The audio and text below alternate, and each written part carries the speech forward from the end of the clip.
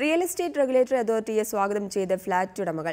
സംസ്ഥാനത്ത് മങ്ങി നിൽക്കുന്ന റിയൽ എസ്റ്റേറ്റ് മേഖല ബില്ല് നടപ്പാക്കുന്നതിലൂടെ പഴയ പ്രതാപത്തിലേക്ക് തിരിച്ചെത്തുമെന്നാണ് ഉടമകളുടെ വിശ്വാസം. പുതിയ നിയമം നടപ്പാക്കുന്നതിലൂടെ ഫ്ളാറ്റ് നിർമ്മാതാക്കളെ പോലെ തന്നെ ഉപഭോക്താക്കൾക്കും ഗുണം ചെയ്യുമെന്നാണ് കണക്കുകൂട്ടുന്നത്. റിയൽ എസ്റ്റേറ്റ് മേഖലയിലെ ചൂഷണം തടയാനാണ് real estate development and regulation ഓർഡിനൻസിന് മന്ത്രിസഭ അംഗീകാരം നൽകിയത്. ബിൽ പാസ്സാകുന്നതോടെ റിയൽ എസ്റ്റേറ്റ് മേഖലയിൽ നിരവധി അനുകൂലമായ മാറ്റങ്ങൾ ഉണ്ടാകുമെന്നാണ് ഫ്ളാറ്റ് നിർമ്മാതാക്കളുടെ പ്രതീക്ഷ.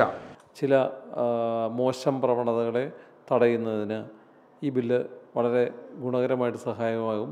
ഓർഡിനൻസിന്റെ ഭാഗമായി ഗാർഹിക വാണിജ്യ ആവശ്യങ്ങൾക്കുള്ള കെട്ടിടങ്ങളുടെ വിൽപ്പനയും നിർമ്മാണവും നിയമവിധേയമാക്കുന്നതിനായി റിയൽ എസ്റ്റേറ്റ് റെഗുലേറ്ററി അതോറിറ്റിയും റിയൽ എസ്റ്റേറ്റ് അപ്പലേറ്റ് ട്രൈബ്യൂണലും നിലവിൽ വരും. കൺസ്യൂമേഴ്സിന്, എൻഡ് യൂസർക്ക്, ഉപഭോക്താവിനെ സംബന്ധിച്ചിടത്തോളം ഒരുപാട് കാര്യങ്ങളിൽ വ്യക്തമായിട്ടുള്ള മാർഗനിർദ്ദേശങ്ങളും ഏത് അതോറിറ്റിയാണ് സമീപിക്കേണ്ടത്, ഏത് രീതിയിലാണ് ഇത്തരം പ്രശ്നങ്ങളെ ഹാൻഡിൽ ചെയ്യേണ്ടത് എന്നുള്ള കാര്യങ്ങളിൽ കൃത്യമായിട്ടുള്ള വ്യക്തത വരികയും ഈ ബിസിനസ്സിന് കൂടുതൽ ട്രാൻസ്പെറൻസി വരുത്താനും ഈ ബില്ല് സഹായമാകുമെന്നാണ് ഞാൻ വിശ്വസിക്കുന്നത്. ബില്ലിനെ സ്വാഗതം ചെയ്യുമ്പോഴും ഇതിലെ ന്യൂനതകളും നിർമ്മാതാക്കൾ ചൂണ്ടിക്കാട്ടുന്നു. നമ്മളൊരു ഉപഭോക്താവിൽ നിന്ന് കളക്ട് ചെയ്യുന്ന എമൗണ്ടിൻ്റെ 70% തുക കൺസ്ട്രക്ഷന് വേണ്ടി മാത്രം നീക്കി വയ്ക്കുന്ന ഒരു നിർദ്ദേശം ഇതിലുണ്ടെന്ന് ഞങ്ങൾ മനസ്സിലാക്കുന്നു. പലപ്പോഴും കേരളത്തിൽ അങ്ങനെ കളക്ട് ചെയ്യുന്ന എമൗണ്ട് 70% തുക കൺസ്ട്രക്ഷൻ മാറ്റി വയ്ക്കേണ്ടി വരാറില്ല. കാരണം കേരളത്തിലെ ഉയർന്ന ലാൻഡ് വാല്യൂ, വലിയ ലാൻഡ് വാല്യൂ ആണ് കേരളത്തിലെ പ്രോപ്പർട്ടികൾക്ക്. സഹിൻ ആന്റണി, റിപ്പോർട്ടർ, കൊച്ചി.